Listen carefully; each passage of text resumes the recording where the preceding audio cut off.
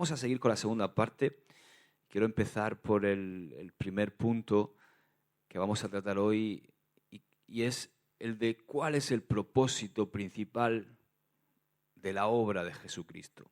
El propósito principal de la obra de Jesucristo.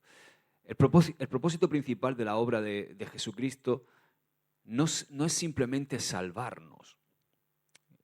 Por supuesto, está la salvación, salvarnos de la muerte, librarnos de la condenación eterna, pero no es solamente ese el propósito principal o solamente es el propósito de la obra de Jesucristo, sino que el propósito, digamos, completo, no solamente es salvarnos, sino también es volvernos a poner bajo su señorío, volvernos a poner bajo su gobierno, introducirnos en su reino. Entonces, eso es lo que la Biblia, cuando aparece la palabra salvación, que quiere decir soteria, es en esencia lo que quiere decir esa palabra griega, soteria. Es salvación no solamente de una manera escatológica, cuando partamos de esta dimensión, de esta tierra, vamos a ir al cielo, sino que es una salvación que implica muchas más cosas, ¿no? Es una salvación completa, es una salvación de nuestra falta de provisión, es una salvación de nuestra falta de fe, es una provisión a todos los niveles, o sea, es una provisión es una vida que podemos empezar a disfrutar ya, y en esa vida que podemos disfrutar, la podemos disfrutar siempre y cuando estemos bajo el señorío de Jesús. Entremos en su reino. Como siempre me habéis oído decir, Dios no te salvó para dejarte en el reino de las tinieblas, sino que Él te salvó para introducirte en su reino donde Él es el Rey.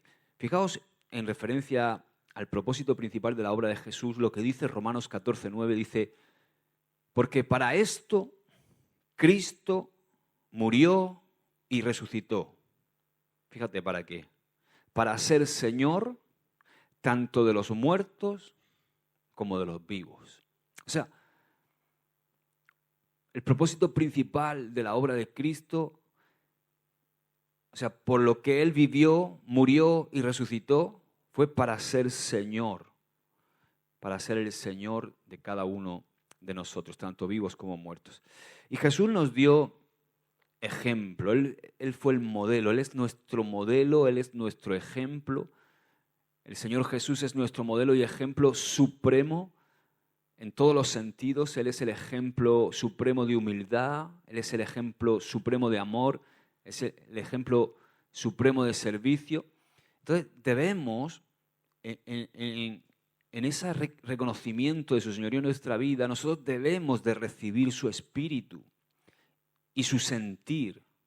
No solamente su espíritu, sino su sentir, su actitud, para que nosotros podamos llegar a ser unos servidores de Dios fieles. Dice Juan 13:1 al 17, fijaos si nos dio ejemplo Jesús.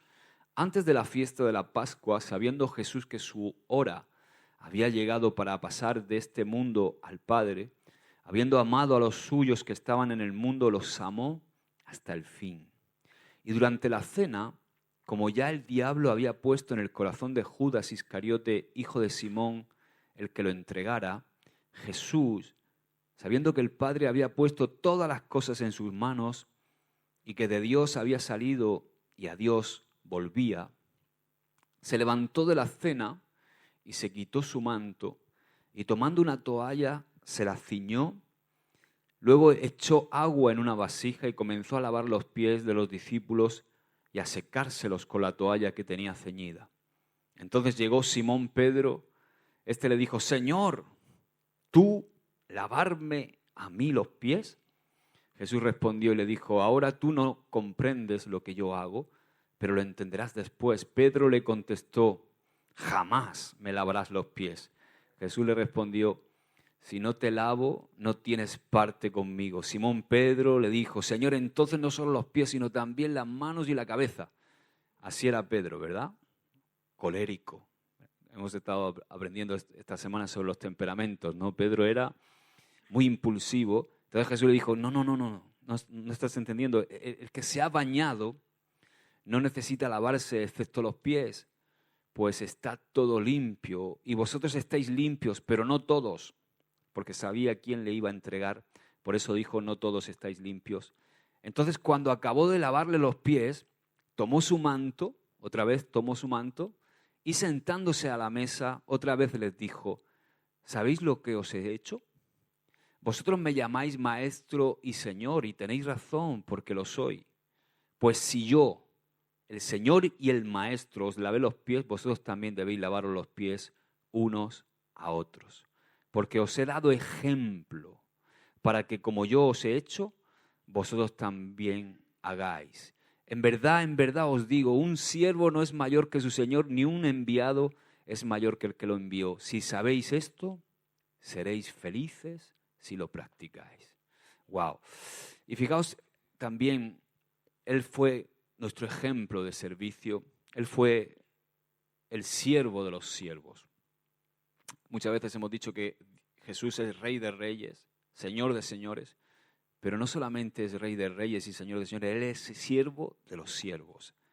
Nadie sirve más que Dios, nadie sirve más que Jesús. Y también nos exhorta a Filipenses a que haya en nosotros el mismo sentir que en Cristo Jesús. Filipenses 2, 5, 11, si Él nos dio ejemplo, nosotros tenemos que tener el mismo sentir. Dice, haya pues en vosotros esta actitud o sentir, dice la Reina Valera, estoy leyendo de la versión de las Américas, dice, haya pues en vosotros esta actitud que hubo también en Cristo Jesús, el cual, aunque existía en forma de Dios, no consideró el ser igual a Dios como algo a que aferrarse, sino que se despojó a sí mismo, tomando forma de siervo, haciéndose semejante a los hombres, y hallándose en forma de hombre, se humilló a sí mismo, haciéndose obediente hasta la muerte y muerte de cruz. Por lo cual Dios también le exaltó hasta lo sumo y le confirió el nombre que es sobre todo nombre, para que en el nombre de Jesús se doble toda rodilla de los que están en el cielo y en la tierra y debajo de la tierra, y toda lengua confiese que Jesucristo es Señor, para gloria de Dios Padre. Amén. Un poquito más abajo, fijaos, me gusta mucho el verso 19 al 22, porque aquí vemos también cómo Pablo también se convirtió en un ejemplo para Timoteo, ¿no? Entonces, no solamente se convirtió en un ejemplo, sino ministra mucho cómo Timoteo sirvió a Pablo. Dice, más espero en el Señor Jesús enviaros pronto a Timoteo, a fin de que yo también sea alentado al saber de vuestra condición, pues a nadie más tengo del mismo sentir mío. O sea, Timoteo tenía el mismo sentir que Pablo, y Pablo tenía el sentir de Cristo. Entonces, a nadie más tengo del mismo sentir mío, y que esté sinceramente interesado en vuestro bienestar. Porque todos buscan sus propios intereses, no los de Cristo Jesús. Pero vosotros conocéis sus probados méritos, está hablando de Timoteo, que sirvió conmigo en la propagación del Evangelio como un hijo sirve a su padre. Y así tenemos que servirle al Señor como hijos. Amén. No buscando nuestros propios intereses, sino hacerlo sinceramente, siempre buscando el bienestar del prójimo y que el reino de Dios avance. Ahora, hay una cosa, una palabrita. La semana pasada, o la última vez que estuvimos hablando de este tema, en la primera parte del señorío de Cristo, vimos la palabra, ya he dicho, Antiguo Testamento, Adonai, en hebreo, para referirnos a Señor, y vimos en griego, en el Nuevo Testamento, la palabra kurios, pero hay otra palabra para hacer mención de como que se traduce como Señor o como soberano. Y es una palabra que tiene quizá un carácter en castellano, traducir al castellano, un carácter peyorativo o negativo. Entonces, este punto que vamos a ver he titulado Señor sí, pero déspota. Señor sí, pero déspota. Cuando oyes la palabra déspota, ¿a qué te suena? Como algo negativo, ¿verdad? Algo negativo. Este es un déspota, ¿no? Bueno, esta palabra en nuestras Biblias se traduce como Señor, déspota, se traduce como Señor y soberano también en otra ocasión, Pero es el término griego, viene del término griego despotes, el cual se traduce al castellano como he dicho antes, como déspota.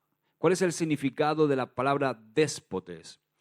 Este título, esta palabra déspotes, así en griego, lo encontramos 3 veces en el Nuevo Testamento.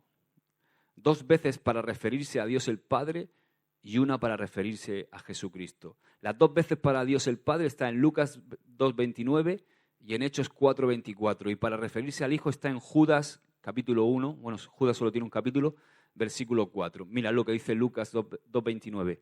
Ahora, Señor, permite que tu siervo se vaya en paz conforme a tu palabra. Ahí ese Señor, ahora déspota o déspotes, permite que tu siervo se vaya en paz conforme a tu palabra. Y en Hechos 4:24 dice, al oír ellos esto, unánimes alzaron la voz a Dios y dijeron, oh déspotes, tú eres, oh Señor, tú eres el que hiciste el cielo y la tierra, el mar y todo lo que en ellos hay.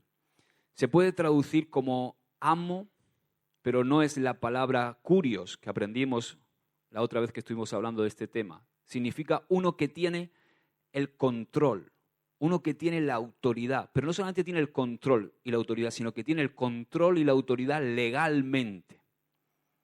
Porque, por ejemplo, hoy, gracias a Dios todavía en España, mientras que mis hijos son menores de edad, yo tengo la patria potestad de ellos. O sea, yo soy legalmente su autoridad y el que controla sus vidas hasta que sean mayores de edad. O sea, legalmente. Ahora, mis hijos pueden estar controlados por una persona, pero sin tener esa legalidad. Entendemos lo que digo, ¿verdad? Entonces,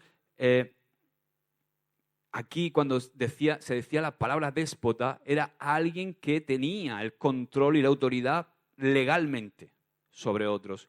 También se llevaba a cabo, por ejemplo, la relación entre amo y esclavos. Legalmente, según las leyes de ese entonces, en ese contexto, el dueño era amo legalmente de sus sirvientes o de sus esclavos en este caso. Entonces, es usada esa palabra para alguien que controla legítimamente la vida de otros.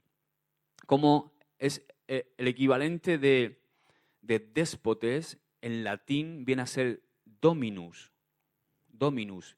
El término dominus y déspotes en latín era dominus, en griego déspotes, y empezó a referirse como el dominus al emperador romano.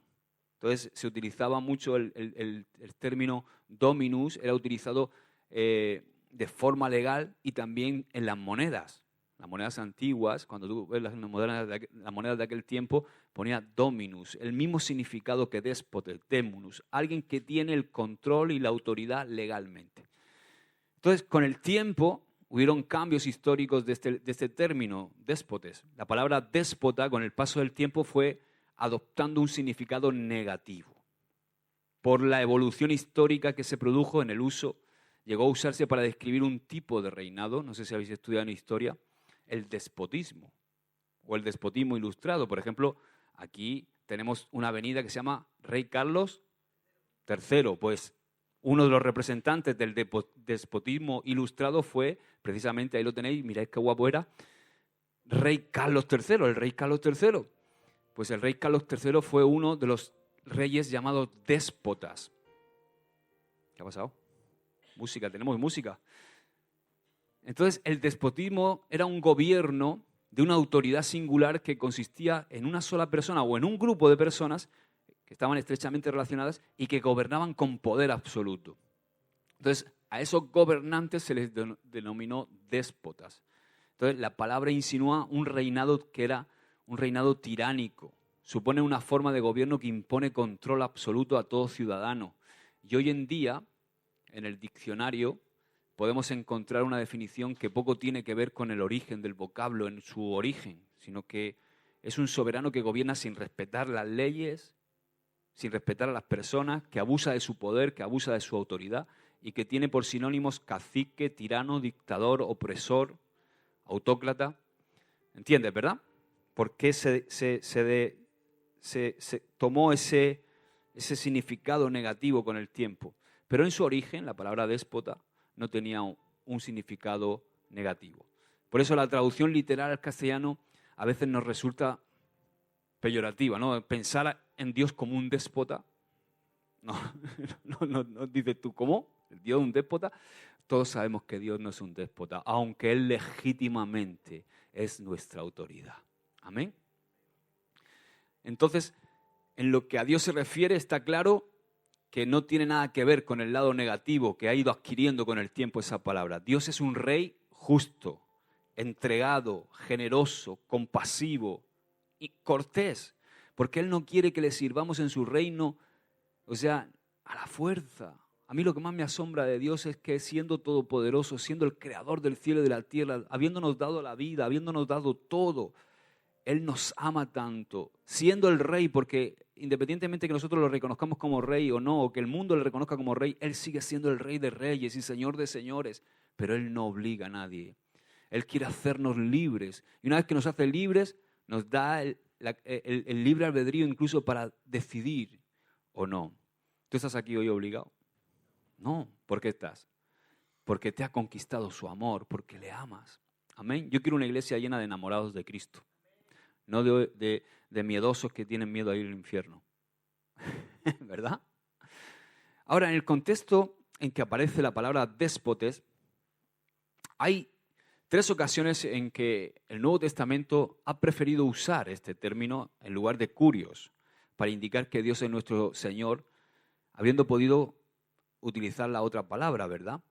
¿Por qué? Porque lo que quería recalcar ahí los escritores que han utilizado este término de déspotes, lo que querían recalcar era la autoridad absoluta de Dios como rey, el gran emperador de nuestra vida. Entonces, encontramos como marca distintiva de los verdaderos siervos del Señor eso, precisamente. Los verdaderos siervos del Señor son aquellos que reconocen en Dios una autoridad absoluta y autoridad a la que están totalmente sujetos. De hecho, en los textos que contienen esta mención de Dios como nuestro Señor y soberano, déspotes, se percibe que los cristianos que así lo reciben como su déspota o rey absoluto están voluntariamente sujetos y entregados a ese Señor. Amén. Entonces, así es como con ese término mostraban que eran buenos discípulos y genuinos siervos del Señor. Sin embargo, había falsos maestros, que es precisamente cuando tú lees el único capítulo del libro de Judas, lo que Judas está denunciando es que había falsos maestros que no tenían esa marca de autenticidad propia del Espíritu del Señor, o sea, no eran buenos discípulos que estaban reconociendo en el Señor ese Rey absoluto, sino que estaban de alguna manera buscando su propio beneficio, en lugar de buscar el beneficio del reino de Dios. Entonces, ¿cuál es la marca distintiva del verdadero discípulo de Dios? El quebrantamiento y la cruz. Esa es la marca indeleble, imborrable de todo gran discípulo de Dios. El quebrantamiento y la cruz de Cristo. La marca de Jesús muriendo en la cruz, quebrantado. Con eso es con lo que nosotros nos tenemos que identificar.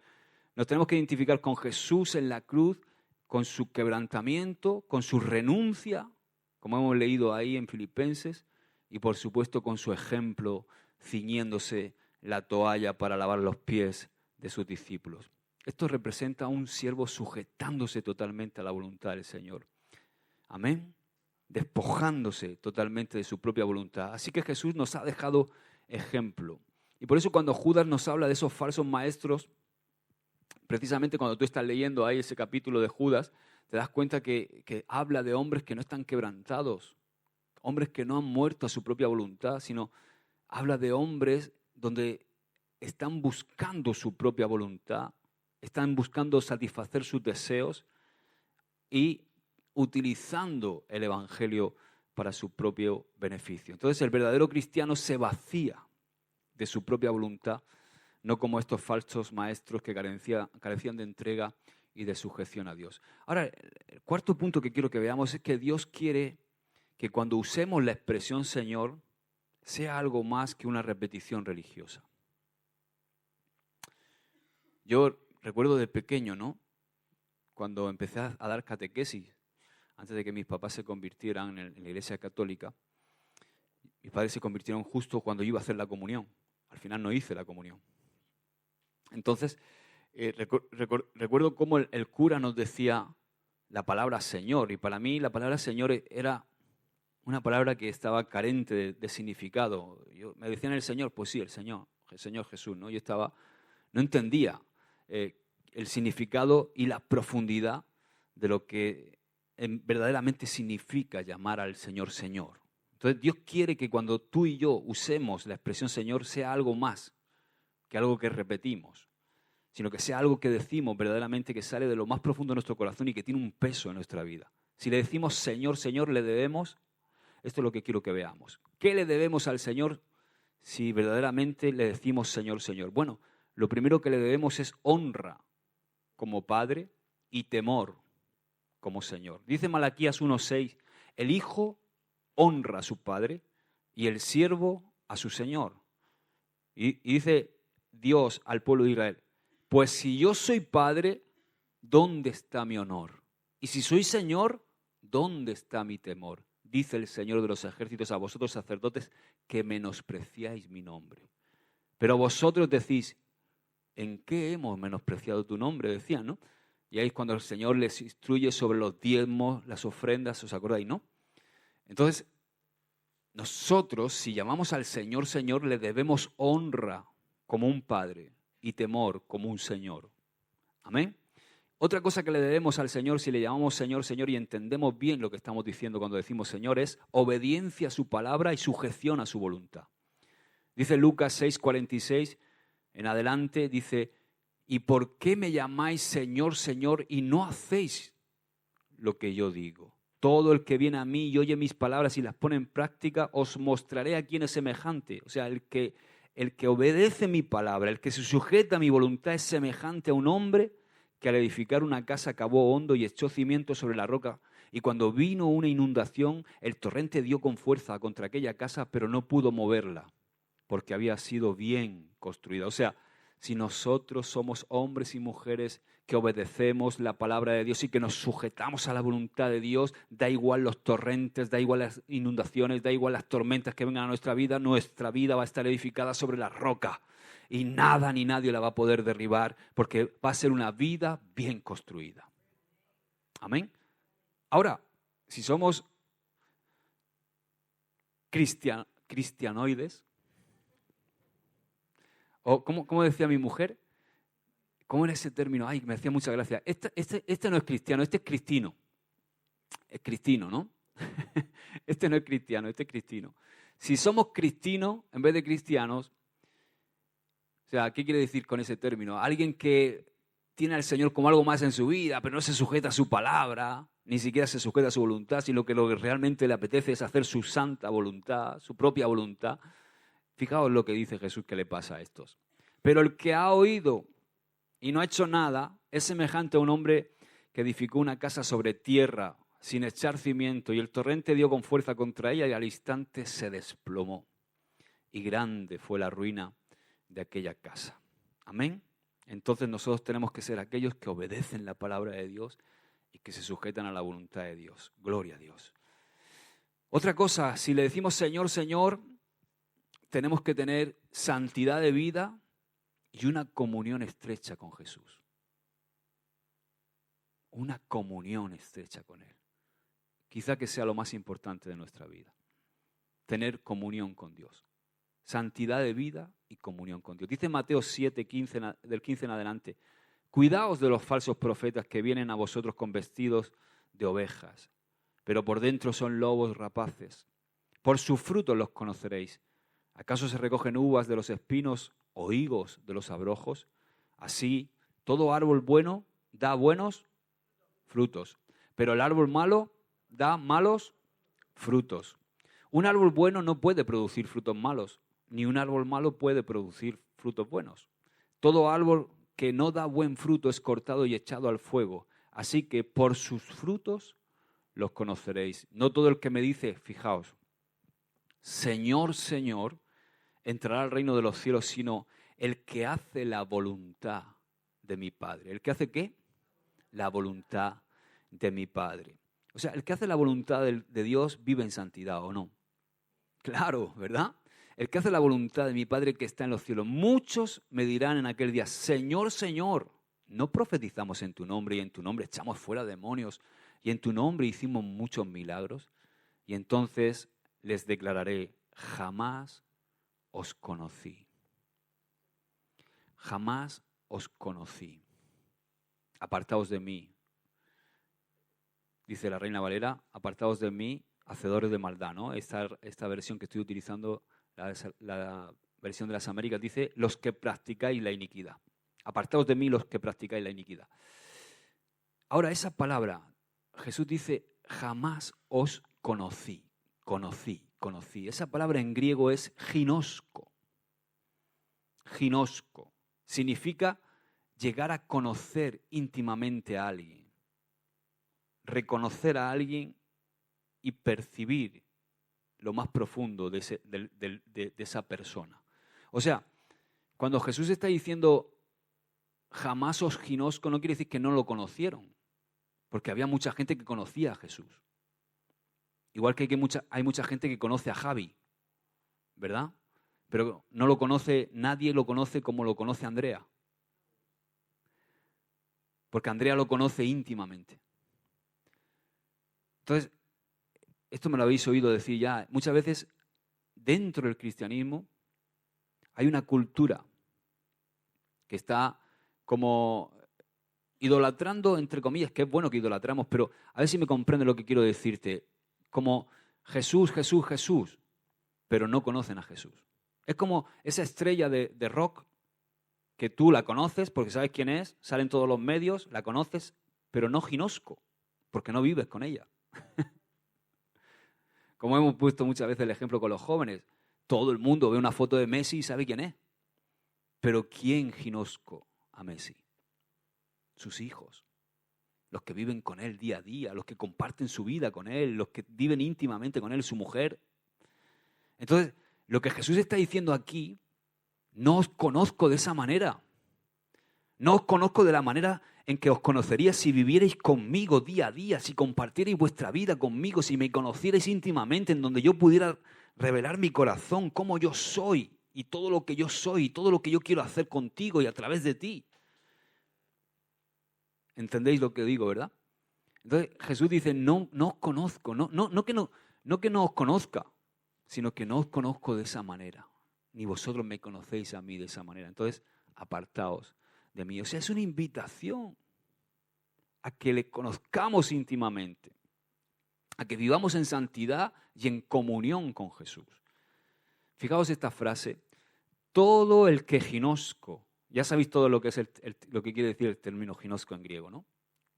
Todo el que conoce, pero no el que conoce de que ha oído, sino el que le conoce personalmente, el que ginosco a Jesús, no tiene ningún problema en rendirse a su señorío.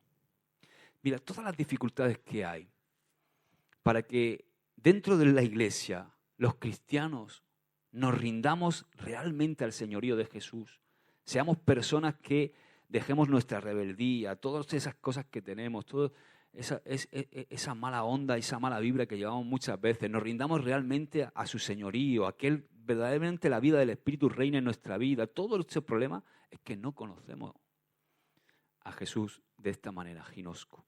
Porque todo el que comienza a tener una relación íntima con Jesús no tiene ningún problema en rendirse a su señorío. Por eso Él quiere que le conozcamos. Porque cuando le conocemos nos enamoramos y ya no le servimos de mala gana, sino que lo hacemos voluntariamente porque estamos totalmente conquistados, enamorados de Él. ¿Sabes?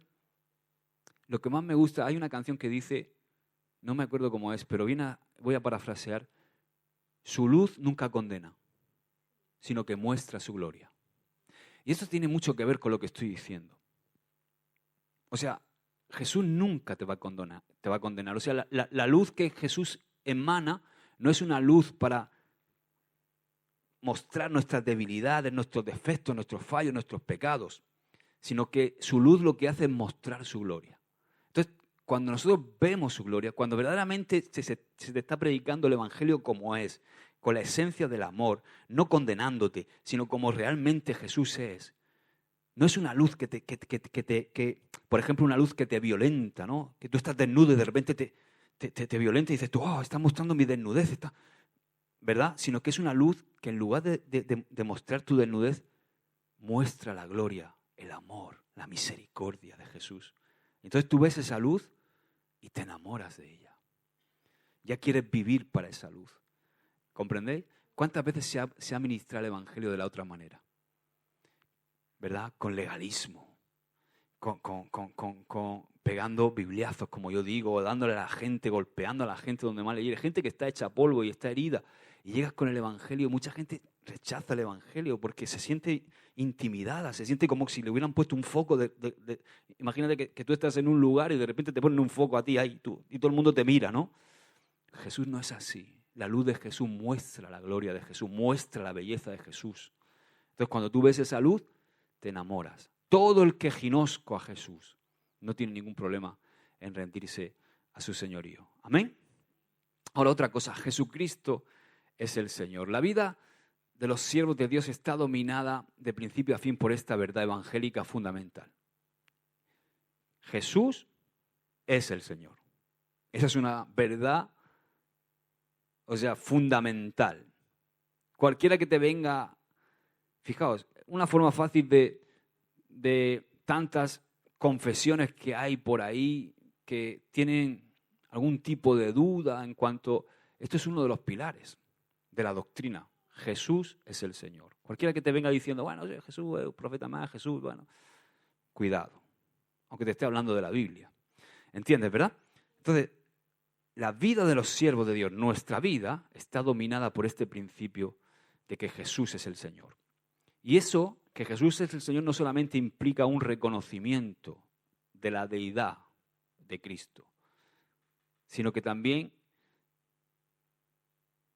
lleva detrás implícito una afirmación, pero no solamente una afirmación, sino esa afirmación implica que lo creemos, que lo vivimos y que lo estamos proclamando. Entonces, si eso es así en nuestra vida, eso nos va a llevar a una vida cristocéntrica. Vivir y morir para Cristo, porque ahora somos del Señor. ¿Entiendes, verdad, lo que estoy diciendo? Entonces, fíjate lo que dice Romanos 14:7. Pablo lo expresa aquí muy bien esto que te estoy diciendo. 14:7 dice, porque ninguno de nosotros vive para sí mismo y ninguno muere para sí mismo, pues si vivimos, para el Señor vivimos, y si morimos, para el Señor morimos. Por tanto, ya sea que vivamos o muramos, del Señor somos. Porque para esto Cristo murió y resucitó, para ser Señor tanto de los muertos como de los vivos. Amén. Entonces, si tenemos claro que Jesús es el Señor, otra cosa más que vamos a hacer. Le vamos a entregar diariamente nuestro cuerpo, nuestra alma y nuestro espíritu. Dice 1 Corintios 6:12, todas las cosas me son lícitas, pero no todas son de provecho. Todas las cosas me son lícitas, pero yo no me dejaré dominar por ninguna. Los alimentos son para el estómago y el estómago para los alimentos, pero Dios destruirá los dos. Sin embargo, el cuerpo no es para la fornicación, sino para el Señor, y el Señor es para el cuerpo. Y Dios, que resucitó al Señor, también nos resucitará a nosotros mediante su poder. ¿No sabéis que vuestros cuerpos son miembros de Cristo? ¡Wow! ¿Tomaré acaso? Nosotros somos miembros de Cristo. Fíjate lo que dice Pablo ahora. ¿Tomaré acaso los miembros de Cristo y los haré miembros de una ramera? De ningún modo. ¿O no sabéis que el que se une a una ramera es un cuerpo con ella? Porque él dice, los dos vendrán a ser una sola carne, pero el que se une al Señor es un espíritu con él. Huid de la fornicación. Todos los pecados que un hombre comete están fuera del cuerpo, pero el fornicario peca contra su propio cuerpo. ¿O no sabéis que vuestro cuerpo es templo del Espíritu Santo, que está en vosotros, el cual tenéis de Dios y que no sois vuestros? Pues por precio habéis sido comprados. Por tanto, glorificar a Dios en vuestro cuerpo y en vuestro espíritu, los cuales son de Dios. Amén.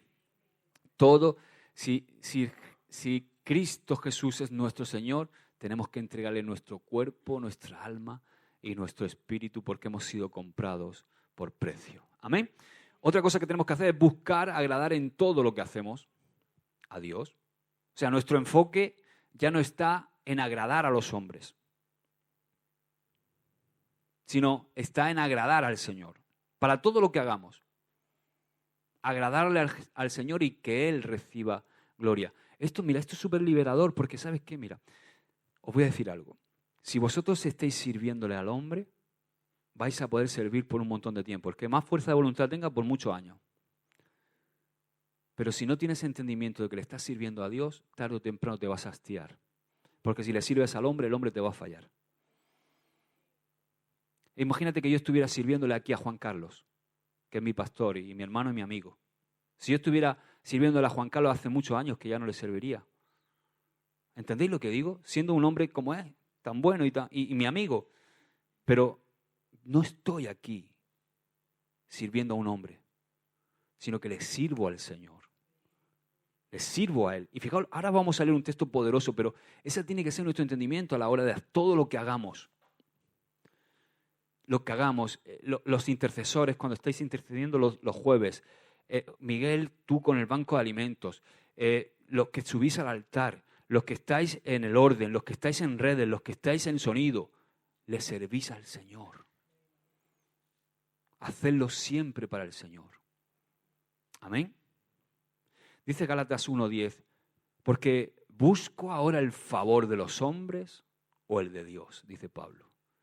O me esfuerzo por agradar a los hombres. Si todavía estuviera tratando de agradar a los hombres, no sería siervo de Cristo. Tremendo, ¿verdad? Lo que dice.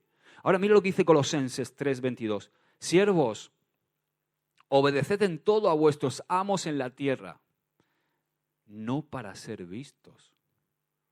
Esto es muy interesante, porque a veces nos pasa que hacemos las cosas, le servimos al Señor, pero no somos vistos, pero nos encargamos de que nos vean, sin darnos cuenta. Pero fíjate lo que dice aquí Pablo, no para ser vistos, como los que quieren agradar a los hombres, sino con sinceridad de corazón, temiendo al Señor. Y todo lo que hagáis, hacedlo de corazón, como para el Señor y no para los hombres. Sabiendo, fíjate, mira de quién viene la recompensa, porque a veces estamos años sirviendo y si tenemos el concepto que le estamos sirviendo a un hombre, nos vamos a quemar, más que la moto un hippie. Da igual el pastor que pase por aquí, os vais a quemar. Yo me voy a quemar. Si yo estoy mirando al hombre que está por encima mío de autoridad constantemente y constantemente viendo sus fallos o viendo sus aciertos o lo que sea, me voy a quemar. Yo tengo que hacerlo porque estoy sirviendo al Señor, porque estoy focalizado en Él. Como para el Señor, dice Pablo, como para el Señor y no para los hombres, sabiendo que no del que está por encima tuyo, ni de tu pastor, ni de nadie vas a recibir recompensa, aunque puede ser que también. Que Dios use a esa persona para darte una recompensa. Pero fijaos qué maravilloso. O sea, ¿hay algo más maravilloso que sea el Señor mismo el que te va a dar la recompensa? Dice, sabiendo que del Señor recibiréis la recompensa de la herencia. Es a Cristo, sigue diciendo, a quien servís. Porque el que procede con injusticia sufrirá las consecuencias del mal que ha cometido. O sea, como diciendo, si tenéis amos que están por encima de vosotros y proceden con injusticia, tranquilo. Eso no es cosa vuestra. Sufrirán las consecuencias del mal que han cometido y eso sin acepción de personas. Amos, tratad con justicia y equidad a vuestros siervos, sabiendo que vosotros también tenéis un Señor en el cielo. Amén. Es poderoso, ¿verdad? Este texto de Colosenses 3:22 al 24. Qué liberador para nosotros. Dice 1 Corintios 10:31 en la línea esta. Entonces, ya sea que comáis, que bebáis o que hagáis cualquier otra cosa, hacedlo todo para gloria de Dios. Amén. Otra cosa que tenemos que hacer, si Cristo Jesús es nuestro Señor, es predicar su verdad y servir a los hombres. Ya no podemos vivir ociosos. Si verdaderamente Cuando decimos Señor, Señor, estamos entendiendo lo que decimos, ya no podemos vivir pasivos en lo que a la obra del Señor atañe, sino que de repente nos convertimos en proclamadores del Evangelio. Proclamamos a Jesús como el Señor de nuestras vidas. Le hacemos el Rey de nuestra boca, de nuestras palabras, de nuestras vidas. Amén. Y nos vamos a dedicar a la santa tarea de servir y de amar a los demás, porque es el mandamiento que Jesús nos dejó. Dice 2 Corintios 4:5, porque no nos predicamos a nosotros mismos, sino a Cristo Jesús como Señor. Y a nosotros como siervos vuestros por amor a Jesús. ¡Wow! O sea, está diciéndole Pablo a los corintios, no equivocaros, porque no nos estamos predicando a nosotros mismos para promocionarme yo como Pablo, sino a quien quiero promocionar, a quien quiero dejar bien en alto, a quien quiero que sigáis, es a Cristo Jesús como vuestro Señor. Y nosotros como siervos vuestros por amor a Jesús. ¡Wow! Amén. Ponte de pie, vamos a orar. Aleluya, dan un aplauso al Señor. Amén. Padre, te damos gracias por tu palabra, Señor. Cuando decimos Señor, queremos saber bien lo que estamos diciendo, Padre. Queremos que tú seas el Señor de nuestra vida. Te damos toda la gloria a ti, Señor Jesús. Queremos tener tu misma actitud, el mismo sentir que hubo en ti. Queremos, Padre, servirte, sabiendo que tú eres nuestra máxima autoridad. No solamente nuestra máxima autoridad, sino que eres nuestra máxima autoridad legítimamente porque nos has comprado. Queremos entregar nuestro cuerpo, nuestra mente, nuestra alma a ti cada día, Señor. Y queremos servirte a ti, Padre, con gozo, con alegría, sabiendo que estamos haciéndolo para ti, el Señor de señores, el Rey de reyes, aquel que nos dejó ejemplo en todo, para el siervo de los siervos. Tú eres nuestro ejemplo. En ti queremos permanecer, Señor, mirándote cada día, sin volver nuestra mirada al hombre, sino que te servimos a ti, Señor. En el nombre de Jesús. Amén. Y amén. Aleluya.